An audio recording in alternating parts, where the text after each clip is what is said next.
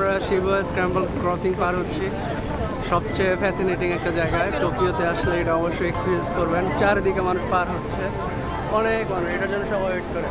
আর যখন মানুষ পার হয় তখন সবাই ছবি ভিডিও নেওয়ার জন্য ব্যস্ত হয়ে যায়।